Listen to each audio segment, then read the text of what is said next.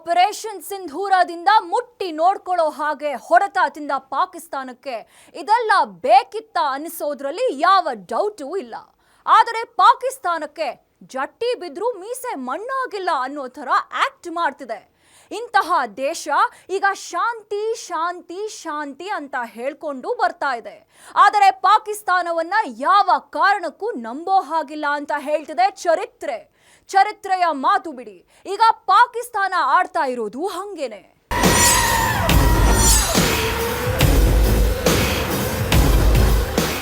ಪಾಕಿಸ್ತಾನದ ಪ್ರಧಾನಿ ಶಹಬಾಜ್ ಶರೀಫ್ ದಿಢೀರ್ ಅಂತ ನಾವು ಶಾಂತಿ ಮಾತುಕತೆಗೆ ಸಿದ್ಧ ಅಂತ ಹೇಳಿದ್ದಾನೆ.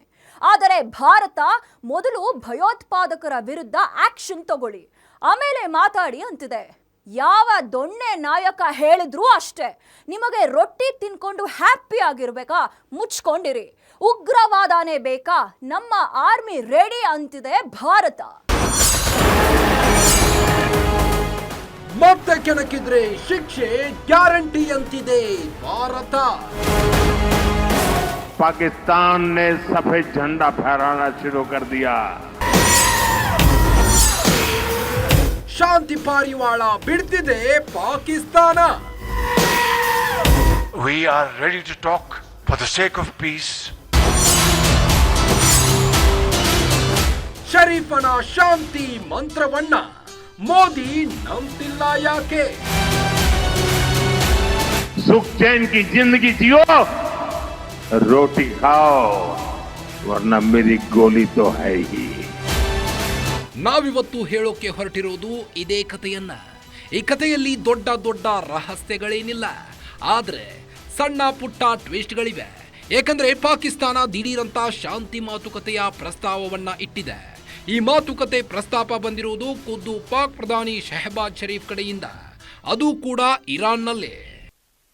We are ready to talk for the sake of peace on water issue with a neighbor. We are ready to talk to promote trade and also counter terrorism if they are serious.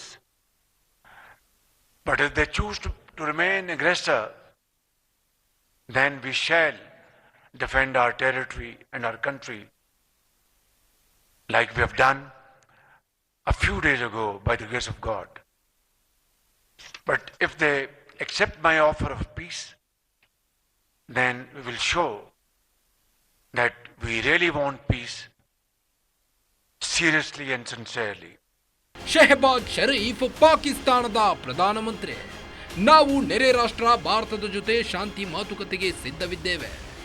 Sindhu ನದಿ ಹಂಚಿಕೆ, ವ್ಯಾಪಾರ ಮತ್ತು ಭಯೋತ್ಪಾದನೆ ನಿಯಂತ್ರಣ ಸೇರಿದಂತೆ ಎಲ್ಲ ವಿಷಯಗಳ ಬಗ್ಗೆಯೂ ಮಾತುಕತೆಗೆ ಸಿದ್ಧವಿದ್ದೇವೆ. ನಮಗೆ ಶಾಂತಿ ಬೇಕಾಗಿದೆ. ಈ ಮೊದಲು ಪಾಕ್ ಶಾಂತಿ ಪರವಾಗಿಯೇ ಇತ್ತು, ಆದರೆ ಭಾರತ ನಮ್ಮ ಮೇಲೆ ಆಕ್ರಮಣ ಮಾಡಿತು. ಈಗಲೂ ನಾವು ಮಾತುಕತೆಗೆ ಸಿದ್ಧವಿದ್ದೇವೆ.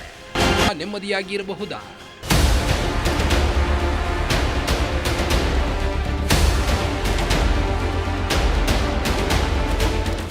No way, impossible. ಪಾಕಿಸ್ತಾನ ಹುಟ್ಟು ದ್ರೋಹಿ, ಧರ್ಮದ್ರೋಹಿ, ಅವರ ದೇಶಕ್ಕೆ ಅವರ ದೇಶದ ಜನತೆಗೂ ದ್ರೋಹಿ, ಭಾರತದ ದ್ವೇಷಿ. ನಿಮಗೆ ಪಾಕಿಸ್ತಾನದ ಈ ಶಾಂತಿ ಬಾವುಟವನ್ನ ಭಾರತ ನಂಬೋಕೆ ಸಾಧ್ಯ ಇಲ್ಲ. ಯಾಕೆ ನಂಬಬಾರದು ಅನ್ನೋದನ್ನ ತಿಳ್ಕೋಬೇಕು ಅಂದ್ರೆ ನೀವೊಂದ್ಸಲ ಮುತ್ತಿನ ಹಾರ ಚಿತ್ರದ ಕ್ಲೈಮ್ಯಾಕ್ಸ್ ನೋಡಬೇಕು. ವಿಷ್ಣುವರ್ಧನ್ ಅಭಿನಯದ ಕ್ಲಾಸಿಕ್ ಸಿನಿಮಾ ಮುತ್ತಿನ ಹಾರ.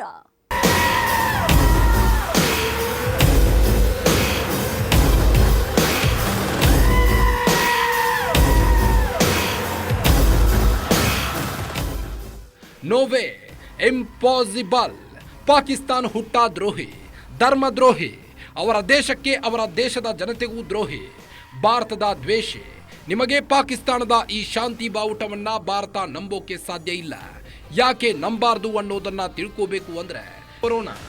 ಭಾರತ ಯಾಕೆ ಪಾಕಿಸ್ತಾನದ ಶಾಂತಿ ಬಾವುಟವನ್ನ ನಂಬಬಾರದು ಅನ್ನೋದಕ್ಕೆ ಕಾರಣ ಕೊಡ್ತಾ ಹೋಗ್ತೀವಿ. ಇಷ್ಟಕ್ಕೂ ಭಾರತ ಈ ಕ್ಷಣದವರೆಗೂ ಸೋತಿಲ್ಲ. ಪಹಲ್ಗಾಮ್ನ ರಣಹೇಡಿ ದಾಳಿಗೆ ಭಾರತ ಸೇಡು ತೀರಿಸಿಕೊಂಡ ರೀತಿ ಇದೆಯಲ್ಲ, ಅದನ್ನು ಇಡೀ ಜಗತ್ತೇ ಹೌಹಾರಿ ನೋಡುವಂತೆ ಮಾಡಿದೆ. ಭಾರತೀಯ ಸೇನೆ, ಭಾರತ ಸುಮ್ಮನೆ ಕುಳಿತಿಲ್ಲ. ಆಪರೇಷನ್ ಸಿಂಧೂರ ಇನ್ನೂ ಸ್ಟಾರ್ಟ್ ಆಗಿಲ್ಲ.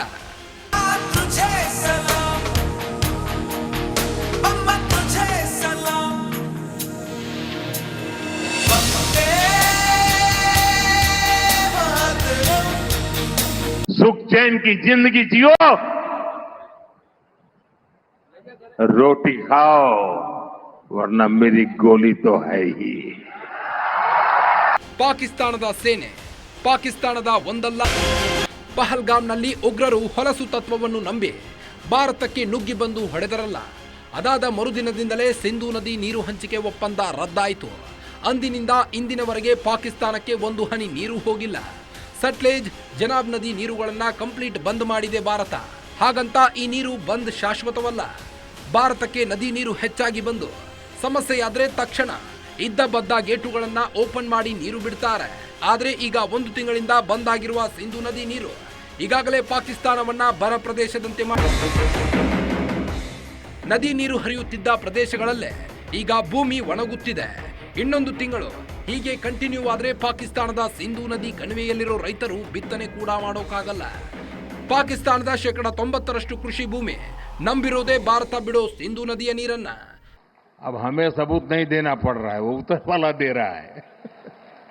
मैं इसलिए कहता हूं अब ये प्रॉक्सी वॉर नहीं कह सकते इसको, क्योंकि जो आतंकवादियों के जनाजे निकले 6 मई के बाद जिनका कत्ल हुआ, उस जनाजे को स्टेट ऑनर दिया गया पाकिस्तान में. ಭಾರತ ಕದನ ವಿರಾಮದ ನಂತರವೂ ಮೌನವಾಗಿಲ್ಲ, ಎಚ್ಚರಿಕೆ ಕಳೆದುಕೊಂಡಿಲ್ಲ. ಏಕೆಂದರೆ ಭಾರತ ಪಾಕಿಸ್ತಾನದ ಕದನ ವಿರಾಮವನ್ನೇ ನಂಬಿಲ್ಲ. ಪಾಕಿಸ್ತಾನ ಇದ್ದಕ್ಕಿದ್ದಂತೆ ಶಾಂತಿ ಮಂತ್ರ ಜಪಿಸೋಕೆ ಕಾರಣಗಳಿವೆ. ಭಾರತಕ್ಕೆ ಸಿಗುತ್ತಿರುವಷ್ಟು ಬೆಂಬಲ ಪಾಕಿಸ್ತಾನಕ್ಕೆ ಸಿಗುತ್ತಿಲ್ಲ. ಅದೊಂದು ಸುಳ್ಳುಕೋರರ ಭಯೋತ್ಪಾದಕರ ರಾಷ್ಟ್ರ ಅನ್ನೋದು ಜಗಜ್ಜಾಹೀರಾಗಿದೆ.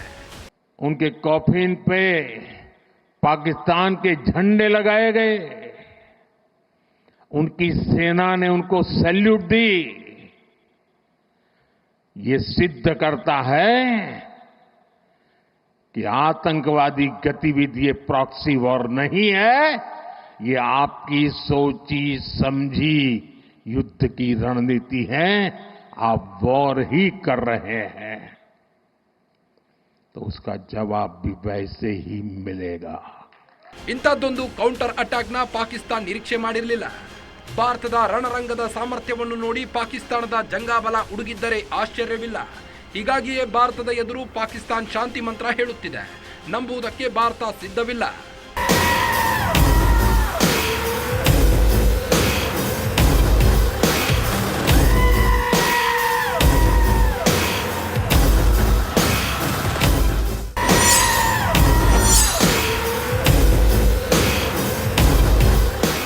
ಇಲ್ಲಿ ಶಾಂತಿ ಶಾಂತಿ ಅಂತಾರೆ, ಅಲ್ಲಿ ಶಾಂತಿಯನ್ನ ಹಾಳು ಮಾಡೋ ಉಗ್ರರನ್ನೇ ಹುತಾತ್ಮರ ತರ ಟ್ರೀಟ್ ಮಾಡ್ತಾರೆ.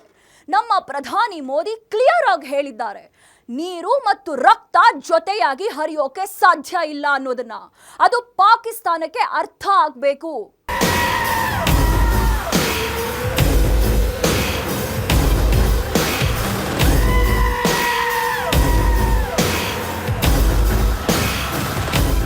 ಪಾಕಿಸ್ತಾನದ ಶಾಂತಿ ಮಂತ್ರ ಹೊಸದಲ್ಲ, ಇದೇ ಕೊನೆಯದ್ದೂ ಅಲ್ಲ.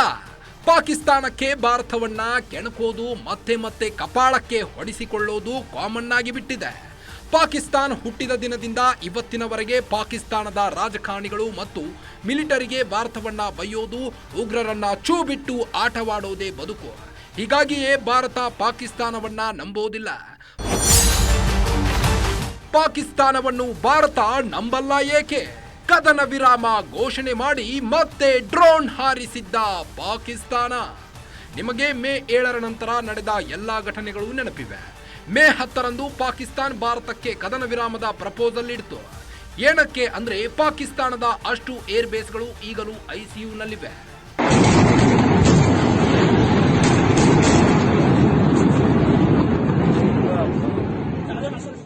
पाकिस्तान के हमले का जवाब हमने इतनी ताकत से दिया कि उनके सारे एयरबेस आज भी आईसीयू में पड़े हैं, आज भी आईसीयू में पड़े हैं। और तब जाकर के पाकिस्तान शरणागति के लिए मजबूर हो गया। पाकिस्तान को लगा बच नहीं सकते, भारत ने रौद्र रूप दिखा दिया है। ಹೌದು, ಹಾಗೆ ತಂಡ ಹೊಡೆದ ಪಾಕಿಸ್ತಾನ ಕೊನೆಗೆ ಕದನ ವಿರಾಮಕ್ಕೆ ಎದ್ದೇನು ಬಿದ್ದೇನು ಅಂತ ಓಡೋಡಿ ಬಂತು. ಭಾರತ ನಂಬಲಿಲ್ಲ. ಭಾರತದ ನಂಬಿಕೆಗೆ ಮತ್ತೊಮ್ಮೆ ದ್ರೋಹ ಮಾಡಿದ ಪಾಕಿಸ್ತಾನ ಅದೇ ದಿನ ಕದನ ವಿರಾಮ ಘೋಷಣೆ ಮಾಡಿದ ಕೆಲವೇ ಗಂಟೆಗಳಲ್ಲಿ ಮತ್ತೆ ಡ್ರೋನ್ ಹಾರಿಸಿ ಕಪಾಳಕ್ಕೆ ಹೊಡೆಸಿಕೊಳ್ತು.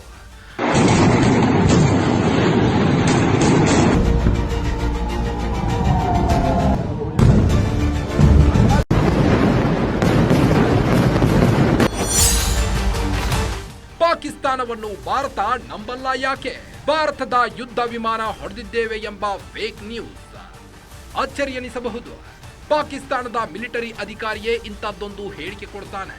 ಪಾಕಿಸ್ತಾನದ ಮಿಲಿಟರಿ ಮುಖ್ಯಸ್ಥನ ಹೇಳಿಕೆ ಉಲ್ಲೇಖ ಮಾಡಿ ಭಾರತದ ಯುದ್ಧ ವಿಮಾನವನ್ನ ಹೊಡೆದಿದೆ ಅಂತ ಪಾಕಿಸ್ತಾನ ಹೇಳ್ತಿದೆ ಅಂತ ವಿದೇಶಿ ಇಂಗ್ಲಿಷ್ ಚಾನೆಲ್ಗಳು ಸುದ್ದಿ ಮಾಡ್ತಿವೆ. ಆಗ ಈ ಪಾಕಿಸ್ತಾನ ವಿದೇಶಿ ಮಾಧ್ಯಮಗಳು ವರದಿ ಮಾಡುವಂತೆ ನಾವು ಹೊಡೆದಿದ್ದೇವೆ ಅಂತ ಹೇಳಿಕೆ ಕೊಡುತ್ತೆ. अगर मैं रिस्पांस की बात करूं तो अब तक अफवाज पाकिस्तान ने दुश्मन की जारियत के जवाब में और अपने दिफा में दुश्मन के 5 तैयारे और 1 कॉम्बैट ड्रोन जो पाकिस्तान पर हमलावर हुए थे उनको मार गिराया है. ಅಂದ್ರೆ ಪಾಕಿಸ್ತಾನದ ಸೈನ್ಯವೇ ಸುಳ್ಳು ಹೇಳೋಕೆ ಹೊರಟರೆ ಏನಾಗಬೇಕು ಅದೇ ಆಗುತ್ತೆ. ಇಂತಹ ಪಾಕಿಸ್ತಾನವನ್ನು ನಂಬಬಾರದು ಎನ್ನುವುದಕ್ಕೆ ಇದಷ್ಟೇ ಅಲ್ಲ, ಇನ್ನೂ ಕಾರಣಗಳಿವೆ.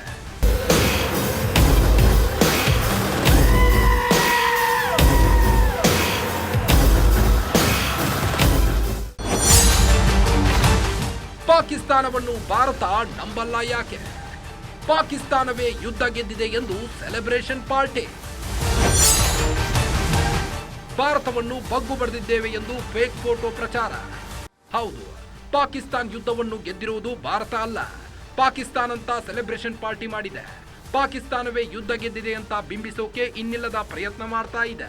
ಪಾಕ್ ಪ್ರಧಾನಿ ಈಗ ಶಾಂತಿ ಮಂತ್ರ ಪಠಿಸಿದ ಶಹಬಾಜ್ ಶರೀಫ್ ಅನ್ನೋನಿಗೆ ಪಾಕಿಸ್ತಾನದ military field marshal Asim Munir ಯುದ್ಧ ಗೆದ್ದಿದ್ದಕ್ಕೆ ಸಾಕ್ಷಿಯಾಗಿ ಒಂದು ಫೋಟೋವನ್ನ ಕೊಡುಗೆಯಾಗಿ ಕೊಟ್ಟಿದ್ದಾನೆ. ಆ ಫೋಟೋ 2019ರಲ್ಲಿ ಅಂದ್ರೆ 6-7 ವರ್ಷಗಳ ಹಿಂದೆ ಚೀನಾ ಪಾಕಿಸ್ತಾನ್ ಜಂಟಿ ಸಮರಾಭ್ಯಾಸದ ಫೋಟೋ ಅನ್ನೋದು ಗೊತ್ತಾಗಿದೆ. ಹೆಂಗೆ ನಾವು ಅಂತ ಮೀಸೆ ಮೇಲೆ ಕೈ ಇಟ್ಕೊಂಡು ಪೋಸ್ ಕೊಡ್ತಿದೆ ಪಾಕಿಸ್ತಾನ. ಇದನ್ನು ನಂಬೋದು ಹೇಗೆ?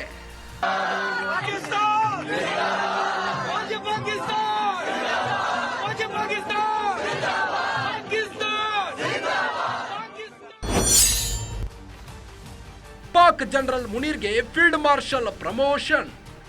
ಭಾರತದಲ್ಲಿ ಯುದ್ಧ ಗೆದ್ದಾಗ ಅವರಿಗೆ ಪ್ರಮೋಷನ್ ಕೊಡೋದನ್ನ ನೋಡಿದ್ದೇವೆ. ಸೋತಿರೋದು 1962ರ ಚೀನಾ ವಿರುದ್ಧದ ಯುದ್ಧವನ್ನ ಮಾತ್ರ. ಆದರೆ ಪಾಕಿಸ್ತಾನದಲ್ಲಿ ಹಾಗಲ್ಲ, ಅಲ್ಲಿ ಯುದ್ಧ ಸೋತ್ರೆ ಪ್ರಮೋಷನ್ ಸಿಗುತ್ತೆ. ಅದಕ್ಕೆ ಸಾಕ್ಷಿ ಈ ಪಹಲ್ಗಾಮ್ ದಾಳಿಗೆ ಕಾರಣವಾಗಿರೋ ಜನರಲ್ ಆಗಿದ್ದ ಅಸೀಂ ಮುನೀರ್. ಪಾಕಿಸ್ತಾನದವರ ಕಂಠನಾಳ. ಪಾಕಿಸ್ತಾನದವರು ಮುಸ್ಲಿಮರು, ಉಳಿದವರು ಬದುಕಲಿಕ್ಕೆ ಅಯೋಗ್ಯರು ಎಂಬರ್ಥದಲ್ಲಿ ಮಾತನಾಡಿದ್ದ. ಅಷ್ಟೆಲ್ಲ ಆಗಿ ಭಾರತ ದಾಳಿ ಇಡುತ್ತಿದ್ದಂತೆ ಓಡಿ ಹೋಗಿದ್ದವನು ಕದನ ವಿರಾಮ ಘೋಷಣೆಯಾದ ಬೆನ್ನಲ್ಲೇ ಪ್ರತ್ಯೇಕವಾಗಿ ಈ ಫೀಲ್ಡ್ ಮಾರ್ಷಲ್ ಪದವಿ ಪಡೆದಿದ್ದಾನೆ. ರಕ್ತ ಹಸಿದವನಿಗೆ ಫೀಲ್ಡ್ ಮಾರ್ಷಲ್ ಪ್ರಮೋಷನ್ ಕೊಟ್ಟು ಶಾಂತಿ ಬೇಕು ಎಂದರೆ ಹೇಗೆ? ಇದೆಲ್ಲ ಬಿಡಿ, ಪಾಕಿಸ್ತಾನಕ್ಕೆ ಈಗ ಸಿಂಧೂ ನದಿ ಕಣಿವೆ ನೀರು ಬಂದಾಗಿದೆ. ಕೈಕಾಲು ಹಿಡ್ಕೊಂಡಾದ್ರೂ ಸರಿ ಭಾರತ ಪಾಕಿಸ್ತಾನಕ್ಕೆ ಮತ್ತೆ ನೀರು ಹರಿಸುವಂತೆ ಮಾಡಿ ಎಂದು ಪಾಕ್ ಸಂಸದರು ಗೋಳಾಡುತ್ತಿದ್ದಾರೆ. ಈ ಪಾಕಿಸ್ತಾನದ DGIS-PR ಆಫೀಸರ್ ಅದೇ ಒಸಾಮಾ ಬಿನ್ ಲಾಡೆನ್ ಸಂತಾನ ಅಹಮದ್ ಶರೀಫ್ ಚೌಧರಿ ನಮ್ಮ ನೀರು ನಿಲ್ಲಿಸಿದರೆ ಭಾರತದ ಉಸಿರು ನಿಲ್ಲಿಸುತ್ತೇವೆ ಅಂತಾನೆ. ಪಾಕಿಸ್ತಾನದ ರಕ್ಷಣಾ ಸಚಿವ ಖ್ವಾಜಾ ಶರೀಫ್ ಇದು 3ನೇ ಯುದ್ಧಕ್ಕೆ ನಾಂದಿ ಹಾಡುತ್ತೆ ಅಂತಾನೆ. ಪಾಕಿಸ್ತಾನದ ಮಾಜಿ ಪ್ರಧಾನಿ ಬೆನ್ಜೀರ್ ಭುಟ್ಟೋ ಮಗ ಬಿಲ್ವಾಲಾ ಭುಟ್ಟೋ ಕೂಡ ರಕ್ತ ಹರಿಸ್ತೇವೆ ಅಂತಾನೆ. ಇಂತಹ ಪಾಕಿಸ್ತಾನ್ ಸಡನ್ ಆಗಿ ಶಾಂತಿ ಮಾತನಾಡಿದ್ರೆ ನಂಬೋದು ಹೇಗೆ?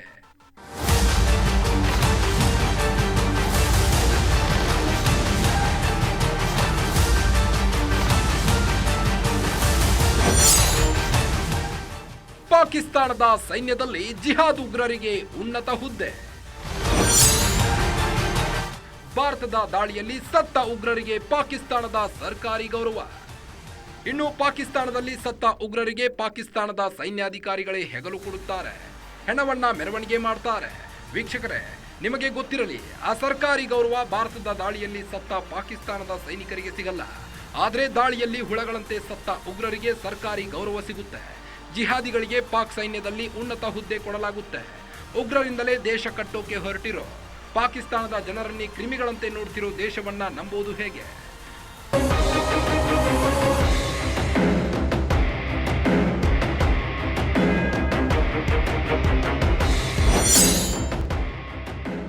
ಭಯೋತ್ಪಾದಕರ ಘೋಷಣೆಯನ್ನು ಬಹಿರಂಗವಾಗಿ ಒಪ್ಪಿರುವ ಪಾಕ್. ಇಷ್ಟೆಲ್ಲ ಆಗಿ ಪಾಕಿಸ್ತಾನ ತಾನು ಉಗ್ರರನ್ನು ಸಾಕ್ತಿರೋದನ್ನ ಬಹಿರಂಗವಾಗಿ ಒಪ್ಪಿಕೊಂಡಿದೆ.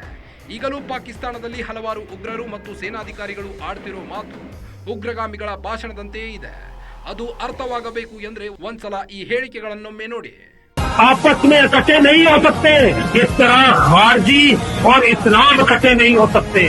पाकिस्तान की कहानी अपने बच्चों को जो है आपने जरूर सुनानी है। मैं पुंछ राजौरी के अंदर राम राम कहने वालों को बात करूंगा, डेमोक्रेटिक चेंज रहूंगा। जरा इस बात पर गौर करें, उसने किया इसलिए था। कश्मीर बहुत जल्द इंशाअल्लाह इंशाअल्लाह ला इलाहा इल्लल्लाह का कश्मीर बनने वाला है। ಭಾರತದ DGISPR Ahmed Chaudhary, field marshal Asim Munir, ಉಗ್ರರಾದ ಅಬು ಮುಸಾ, ಸೈಫುಲ್ ಕಸೂರಿ ಇವರ ಹೇಳಿಕೆಗಳಲ್ಲಿ ಏನಾದರೂ ವ್ಯತ್ಯಾಸ ಇದೆಯಾ?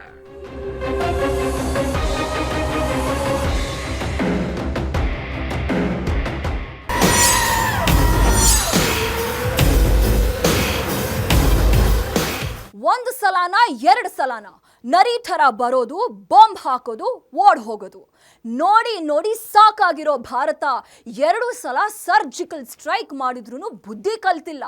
ಈಗ ಪಾಕಿಸ್ತಾನದ ಹಾರ್ಟಿಗೆ ನುಗ್ಗಿ ಹೊಡೆದ ಮೇಲೆ ಪಾಕಿಸ್ತಾನ ಶಾಂತಿ ಶಾಂತಿ ಅಂತಿದೆ.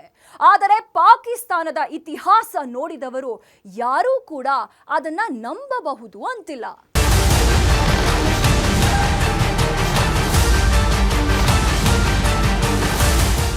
ಭಾರತ ಪಾಕಿಸ್ತಾನವನ್ನು ನಂಬಿ ಹಲವು ಬಾರಿ ಶಾಂತಿ ಮಂತ್ರ ಜಪಿಸಿದೆ. ಆದರೆ ಪ್ರತಿ ಬಾರಿಯೂ ಭಾರತಕ್ಕೆ ದ್ರೋಹ ಮಾಡಿರೋ ಇತಿಹಾಸ ಪಾಕಿಸ್ತಾನದ್ದು. ಭಾರತ ಶಾಂತಿ ಮಂತ್ರ ಜಪಿಸಿದಾಗಲೆಲ್ಲ ನಂಬಿಕೆ ದ್ರೋಹ. ಭಾರತ 1971ರಲ್ಲಿ ಪಾಕಿಸ್ತಾನವನ್ನು ಸೋಲಿಸಿ ಬಾಂಗ್ಲಾದೇಶ ಸ್ಥಾಪನೆಯಾಯಿತು. ಒಬ್ರಲ್ಲ ಇಬ್ರಲ್ಲ, 1-2 ಸಾವಿರವೂ ಅಲ್ಲ, 90,000ಕ್ಕೂ ಹೆಚ್ಚು ಸೈನಿಕರು ಶರಣಾಗತರಾಗಿದ್ರು. ಆದರೆ ಪಾಕಿಸ್ತಾನ ನಿರಂತರವಾಗಿ ಉಗ್ರರನ್ನು ಚೂಬಿಡುತ್ತಲೇ ಇದೆ. ಅಷ್ಟೇ ಅಲ್ಲ, ವಾಜಪೇಯಿ ಅವರಿಗೆ ಮೋಸ ಮಾಡಿ ಒಮ್ಮೆ ಕಾರ್ಗಿಲ್ ಯುದ್ಧ, ಮತ್ತೊಮ್ಮೆ ಸಂಸತ್ ಅಟ್ಯಾಕ್ ಮಾಡಿಸಿದೆ. ಮನಮೋಹನ್ ಸಿಂಗ್ ಅವರಿಗೂ ಮೋಸ ಮಾಡಿದೆ.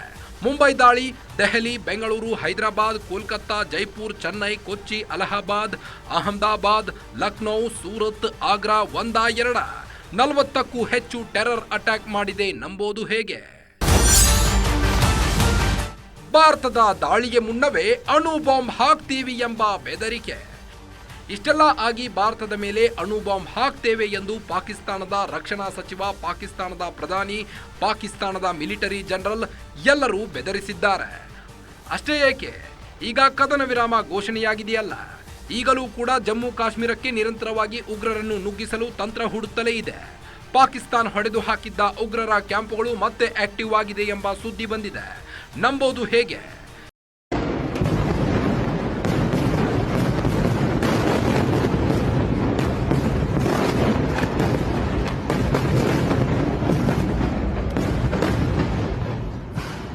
ಹೀಗೆ ಉಗ್ರರನ್ನು ನುಗ್ಗಿಸುತ್ತಲೇ ಇನ್ನೊಂದು ಕಡೆ ಶಾಂತಿ ಮಂತ್ರ ಜಪಿಸುತ್ತಿದೆ ಪಾಕಿಸ್ತಾನ.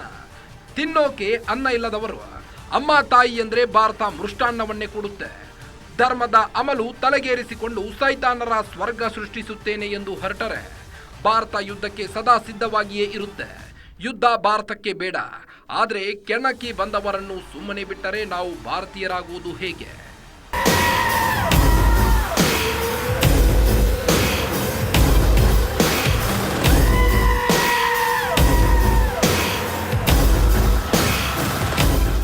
This is reality. ಒಂದು ರಿಯಾಲಿಟಿ ಶೋನಲ್ಲಿ ಏನೆಲ್ಲ ಡ್ರಾಮಾ ನಡೆಯುತ್ತೋ ಅದಕ್ಕಿಂತ ಜಾಸ್ತಿ ನಾಟಕ ಆಡ್ತಿದೆ ಪಾಕಿಸ್ತಾನ. ಅವರಿಗೆ ಸದ್ಯಕ್ಕೆ ಅರ್ಥ ಆಗೋದು ಓನ್ಲಿ ಬುಲೆಟ್ ಅಂಡ್ ಮಿಸೈಲ್ಸ್. ಇದೆಲ್ಲ ಬೇಕಿತ್ತ ಅಂತ ಅರ್ಥ ಆಗೋದು ಸತ್ತ ಮೇಲೆ. ಇದು ಹೊತ್ತಿನ ಗ್ಯಾರಂಟಿ ವಿಶೇಷ. ಸುದ್ದಿ ಖಚಿತ, ನ್ಯಾಯ ನಿಶ್ಚಿತ.